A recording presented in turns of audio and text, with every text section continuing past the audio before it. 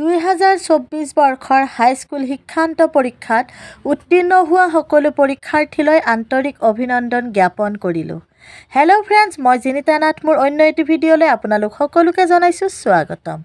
যিসকল বন্ধু বান্ধৱীয়ে মোৰ চেনেলটো নতুনকৈ চাই আছে, প্লিজ চেনেলটো ছাবস্ক্ৰাইব কৰি ল'ব।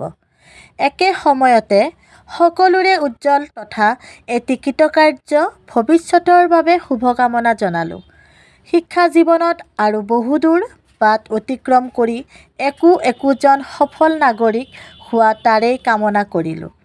মনে বিচৰা ধৰণে ফলাফল লাভ কৰিব নোৱাৰাসকলে হতাশ নহয়, কঠোৰ পৰিশ্ৰম আৰু অধ্যৱসায়েৰে সন্মুখৰ সময়ক মোকাবিলা কৰা জীৱনত বিভিন্ন সুযোগে অপেক্ষা কৰে। এদিন সকলোৰে ভাল হ'ব। মেট্ৰিক পৰীক্ষাৰ ফলাফল ঘোষণা। শীৰ্ষস্থানত যোৰহাটৰ অনুৰাগ দলৈ 600 নম্বৰৰ ভিতৰত 593 নম্বৰ পায় অসমৰ ভিতৰত প্ৰথম স্থান লাভ কৰিছে। অনুৰাগ দলৈ যোৰহাটৰ প্ৰজ্ঞা একাডেমী ছিনিয়ৰ স্কুলৰ ছাত্ৰ।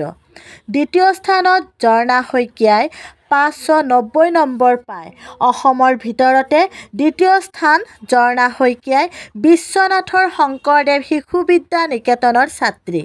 শীৰ্ষ তৃতীয়টা স্থানত 5 গৰাকী পৰীক্ষাৰ্থী।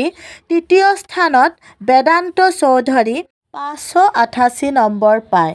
তৃতীয় স্থানত বেদান্ত চৌধুৰী বৰপেটা জিলাৰ সৰুপেটাৰ ষ্টেলা মেৰিজ স্কুলৰ ছাত্ৰ। মাজুলীৰ মানস প্ৰতিম শইকীয়া 588 নম্বৰেৰে তৃতীয় স্থানত। নগাঁৱৰ দেৱাশিষ কাশ্যপ 588 নম্বৰ পাই তৃতীয় স্থানত। পলকতে ফলাফল। প্ৰথম বিভাগত 1,05,873 জন উত্তীৰ্ণ। দ্বিতীয় বিভাগত 1,50,764 জন উত্তীৰ্ণ।